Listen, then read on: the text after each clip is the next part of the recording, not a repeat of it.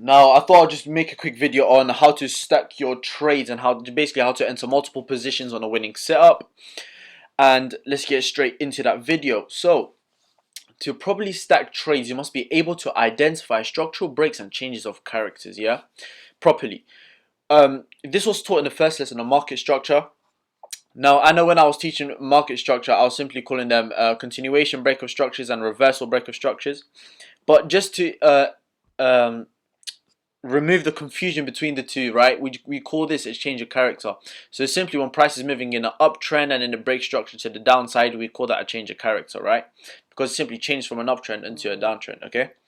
So here we have an example of a bullish breaker structure. As you can see, price is continuing to break the high, continuing to move over to the upside. In this case, we had an uptrend right here, and then boom, price broke below that low, and that's why we identified as a change of character. Now once we get that, that's when we start to look for a supply zone to then continue the sales over to the downside. Whereas in this example, when price breaks the high, we then identify a demand zone and wait for price to pull back into that demand zone to continue the wave over to the upside. But now let me show you guys an example that I have on GJ. Now let's take a look on GJ, right? First, let's head over to the 30-minute. And what can we identify? So ignore all of this. Let's focus on our supply and our demand levels, right? Here we clearly have a very nice indecision candle, right? This was the last candle before price broke structure, yeah? That was our supply zone. Now, I don't know if you lot remember, but I sent in the Discord this supply zone, and I told you guys to monitor this position. Now, I didn't monitor it either. I can't lie to you guys. I was simply watching gold at the time. However, if you were to monitor it, you could have gotten all of these positions here and all of these positions here, right? But anyways, so we had this supply zone marked out. We waited for price to tap into this supply zone before we made any decision. Now we also have these demand zones marked out, right? We have this demand zone here, we have this demand zone here. So anyways, let's zoom into this area right here, right? Let's break into the 5-minute. And then we look at how price reacted here.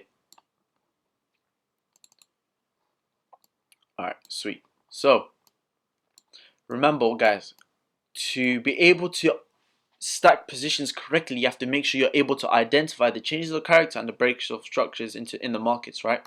So, once price tapped into this 30-minute supply zone, we didn't take sell straight away.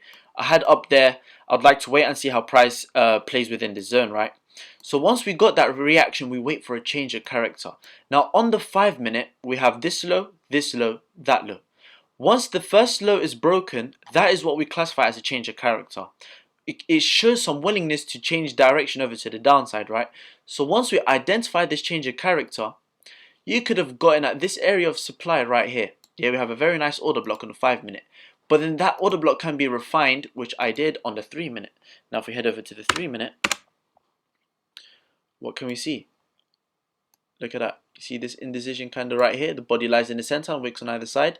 However, you'll set your stop loss at the wick above here, right? So we took entry of this and we set a stop loss right there. Alright, but now let's remove replay mode and move over to the next position you could have stacked your trade in, right? So once you got that change of character, you could have gone at this area of supply right here. Now you wait for a breaker structure, right? You wait for this low to be broken to continue to stack in another entry. So once this low was broken at this point over here, we can then identify a nice area of supply right here, right? So if you mark out this area here and you mark out this area here, this is a bit more aggressive. I would allow your stop loss to have a bit more room and target this place here. So you set your stop loss right there and your entry right over here. So that would have been your second entry. And then we got another break of structure. Price continued to break that low. Now we have confirmed that we're in a downtrend, right? Because we had a break of structure here and another break of structure here. Now we identified this nice indecision candle that lied here. That was the last candle before this expansion which broke structure. Now we marked that out. Price then pulled back, as you can see. Let me remove this for now. Price pulled back into that area of supply. Stop loss at the wick, entry at the wick as well, and then we ride the move over to the downside. And now, Remember the demand zones we had marked out, that would be your take profit points. So if we pull price back here, we had that first area of demand. So you could have gotten these three positions. This one was a 1 to 10, this one was a 1 to 13, and no, this one was a 1 to 9, and this one was a 1 to 13. So you're going to capitalize very nicely off this one move right here, taking profit at this demand. Now, back to the 5-minute. Now, once you take profit on these three positions, we wanted to wait and see how price reacts of this demand. Now, as you can see, we didn't get any reaction. Price simply went through that area of demand. So now we ignore this area of demand, right? As it's not valid anymore. Price simply broke straight through it. So it's not valid. But then price continued to move over to the downside and tap into this area of demand, right? Now, once we start to see some rejections of this area of demand, we wait for a change of character, okay? Now, as you can see, that was the lower high, and then we got an even lower high, right? And then once price reacted of this supply, we got that change of character right here. That lower high was broken and now created a higher high. So now we confirm that this last sell was the last sell before that change of character. So now this is our new area of demand that we're interested in. So now we wait for price to pull back into this area of demand, and then we look to go long, okay? And then you can simply target this area. Look, we got this imbalance right here, and we got this nice area of demand right over here, okay? See that? We got this imbalance and that nice area of, supply, yeah? So, once price taps into this higher time frame area of demand, we wait for that change of character that we got right there. Then we mark out the last demand zone before that change of character. Price pulls back into it. We could have got our entry right here, okay? And then when price broke this high, I was looking for this entry right here, but as you can see, price didn't come to it.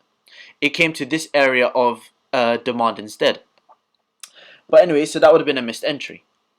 And then price broke, I don't know why I have it marked up here, but price broke this structure right here, yeah? Once we got that break of structure, we identified this very nice area of demand, okay? Price broke structure, pulled back into this area of demand, and then we could have went long here as well. And what happened here? Price broke this high, break of structure. We also have some imbalance that needs to be filled in. So price pulls back, fills in that imbalance, and mitigates of this last area of demand. So this would have been your third entry point right here. And then again, this structure broken, right? This was the last candle before that break of structure, and as you can see, this was the last candle, and then we had imbalance right after. So we know price is going to come back, fill in this inefficient price action, and mitigate of this last area of demand. Now, if we look at the price cycle, this was our consolidation, expansion, retracement to fill in the inefficiency, and then reversal. Okay. Now, again, we had that area of supply marked out, but as you can see, once price pulled back and we went long here, price broke right through it. So now this area is no longer interesting to us. Now this structure was broken, and again we want to continue the wave over to the upside because price hasn't broken any lows yet. Once a low is broken, then that would be a change of character, then we'll look to go short. But at this point over here, it reacted of this demand and now starting to move over to the upside again. Alright, so that is very straightforward. This is simply how you'd stack your trades. You'll simply mark out your higher time frame supply and demands, wait and watch how price reacts to the zones. You wait for a change of character. Once you get that change of character, then you mark out your areas, your new areas of supply and demand. Okay, so as you can see here, that was our area of demand. That was the last candle before that change of character. So you wait for price to pull back, mitigate that candle to ride the move over to the upside. This is how you maximize your risk to reward rather than entering on the higher time frame zones. If you entered here, okay, you could have went long here. I'm not saying you couldn't. You could go long here. But then look at the difference. You would have a 10 pip stop loss and your TP would have been right there as well. Right? I'm just showing you the difference between an aggressive entry and a confirmation entry.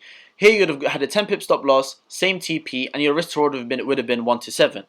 Whereas if you waited for a confirmation entry like this one, you would have got a risk to reward of 1 to 20 with a 3 pip stop loss, right? So that's how you'd stack your positions. You'd wait for price to tap into a higher time frame zone, wait for a change of character. Once you get that change of character, you mark out the candle before that change of character, and in this case it was right here. right? And then you wait for continuous structural breaks. As you can see, this structure was broken. We look for the areas of supply and demand. In this case, we had a nice demand zone before that structural break right here. Price pulled back into it, went long again. This high was now broken. Imbalance was created.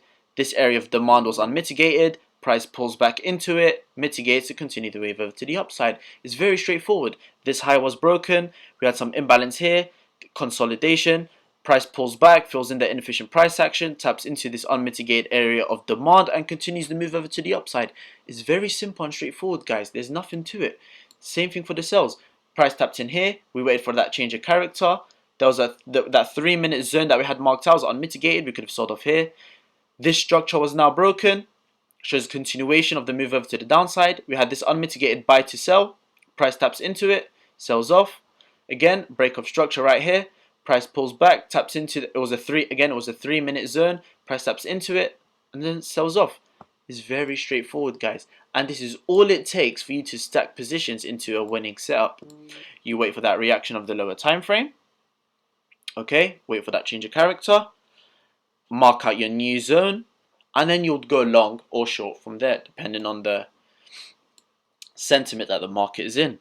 I hope that made it very straightforward for you guys, and I hope that did help a lot in terms of how to re-enter in the market, how to find just simply how to stack more positions into your trade to maximize the percentageal gains that you can get from each setup. Alright, I hope you lot enjoyed this video.